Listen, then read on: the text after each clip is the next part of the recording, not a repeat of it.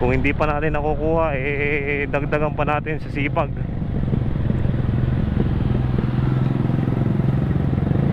Baka ibig sabihin ay kulang pa yung sipag nating inilalaan.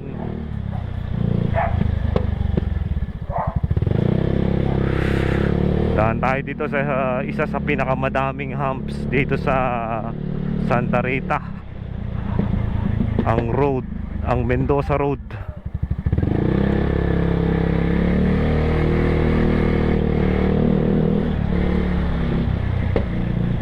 Isa ito sa mga madadaming humps. Binilang ko to dati, parang mga 10 mahigit. Hindi ko na maalala kung ilan. Pero dati may content tayo na nagbabike na binilang natin itong mga humps dito.